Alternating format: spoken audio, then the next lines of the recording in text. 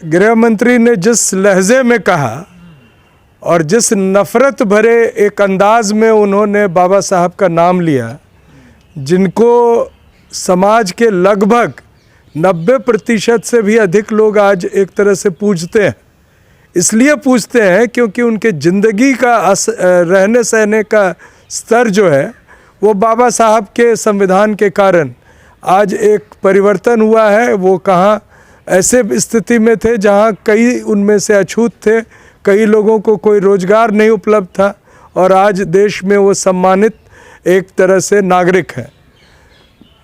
ये बात भारतीय जनता पार्टी समझ नहीं सकती है। वो ढोंग की राजनीति करती है और भारतीय जनता पार्टी के नेता जिस तरह से वो चुनावों को रिग करके जीत रहे हैं लगातार, उनमें एक दम्भ और अभिमान इतना आ गया है कि वो बाबा साहब को भी लगता है कुछ नहीं समझ रहे हैं और उस भावना को वो एक तरह से आहत किए हैं, जो भावना एक पूरे के पूरे देश ही नहीं अंतर्राष्ट्रीय स्तर पर बाबा साहब के सम्मान में धड़कता है। तो अमित शाह माफ़ी मांगेंगे, क्या लगता है आपको?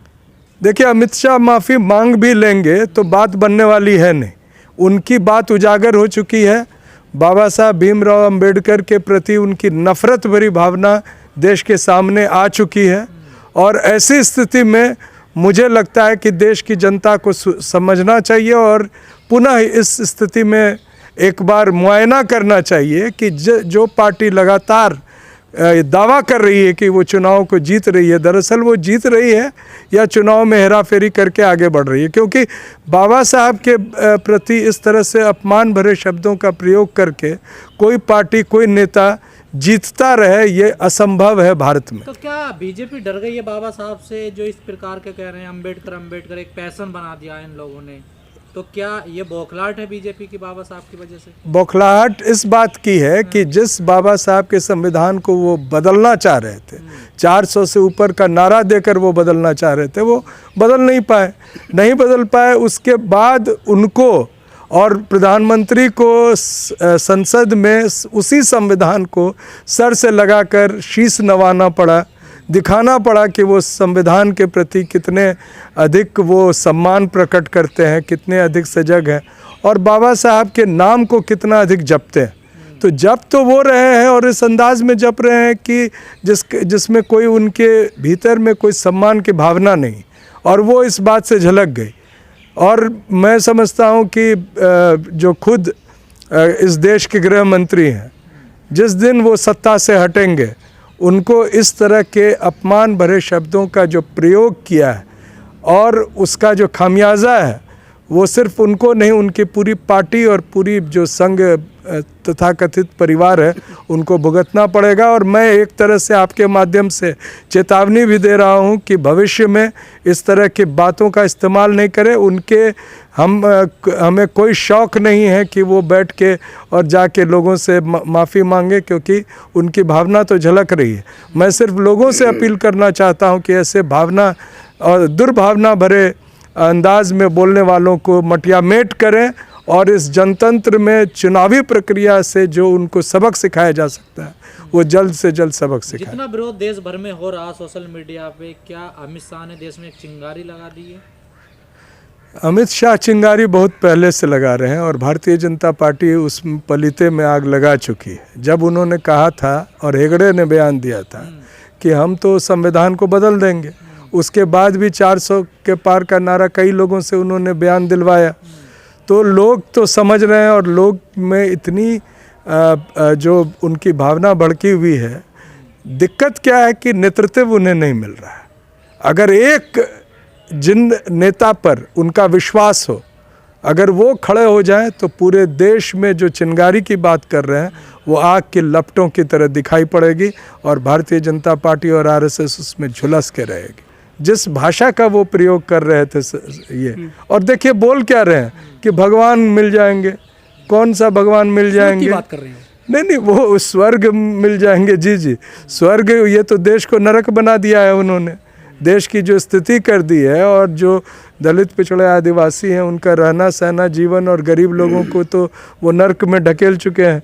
तो जो अडानी को स्वर्ग दे रहे हैं वो स्वर्ग तो मिल ही चुका है अमित उनको। शाह कहना चाह रहे हैं कि अम्बेडकर करना बेकार है, क्या अम्बेडकर को बेकार बताने की घोषित कर रहे हैं कि इससे तो अच्छा कि हाँ भगवान का नाम जप लेते, तो क्या अम्बेडकर को बिल्कुल बुरा बता रहे हैं इस देश के लिए? बिल्कुल, वो जो कह रहे हैं वो स्पष्ट है। वो कह रहे हैं कि जिस तरह से हम लोग और भारतीय जनता पार्टी, मेरे कहने का मतलब है, और आरएसएस भगवान और राम के नाम पर राजनीति करती है, वो आप करें। आप क्यों संविधान और बाबा साहब के नाम को जपते हैं? उसको वो फैशन कह रहे हैं। फैशन इस तरह से कह रहे हैं कि जैसे कि एक आज वो ट्रेंडिंग हुआ है, कल वो ट्रेंडिंग नहीं रहेगा। उनको ये नहीं पता है कि ये लोगों के दिलों में ये नाम जो है वो एक तरह से अंकित हो चुका है, उसको किसी फैशन के तहत मिटाया नहीं जा सकता है, न लाया जा सकता है। बीजेपी वाले अभी तक कह रहे थे कि हम संविधान हटाएंगे, ये लोग। आपको पता नहीं है कि संसद में बाबा साहब, जो पुरानी संसद थी, उसमें एक बहुत ही अहम जगह पर बाबा साहब की मूर्ति लगी हुई थी।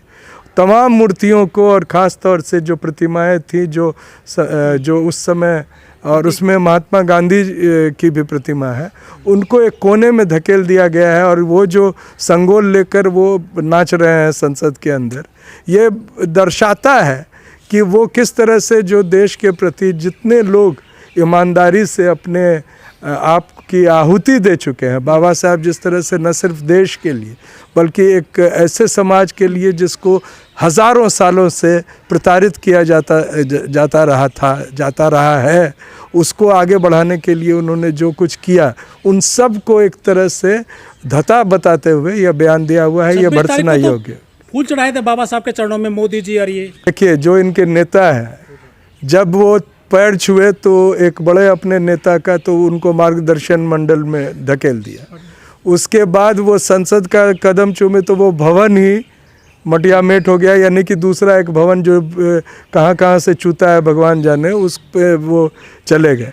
संविधान को सर से लगाया है अगला कदम। इसका यही मतलब है कि संविधान को धाराशाही करना चाहते हैं। हम ऐसा होने नहीं देंगे। तो विपक्ष को मुद्दा मिल गया सर। ये विपक्ष की सबसे बड़ी कमी है कि इस तरह का बयान देने की ज़रूरत गृह मंत्री कर रहे हैं, और ये विपक्ष की हार है। मैं चुनौती दे रहा हूँ विपक्ष को, और आपके माध्यम से देश की जनता को आगाह कर रहा हूँ कि इस विपक्ष के भरोसे नहीं बैठे। अगर उनको चीज़ें, जो बातें और भाषा अच्छी नहीं लगी, तो उसका प्रतिकार सड़कों पे होना चाहिए। संसद में ये लोग अक्षम हो चुके हैं। राहुल गांधी का तो उनको जवाब तो नहीं दिया है मनुस्मृति के बदले। जवाब तो वही देना चाह रहे हैं, लेकिन वो जवाब के लिए उस समय जो सबसे विचित्र बात है कि खुद भारतीय जनता पार्टी में दलितों की कितनी बड़ी संख्या है, सांसद जो है।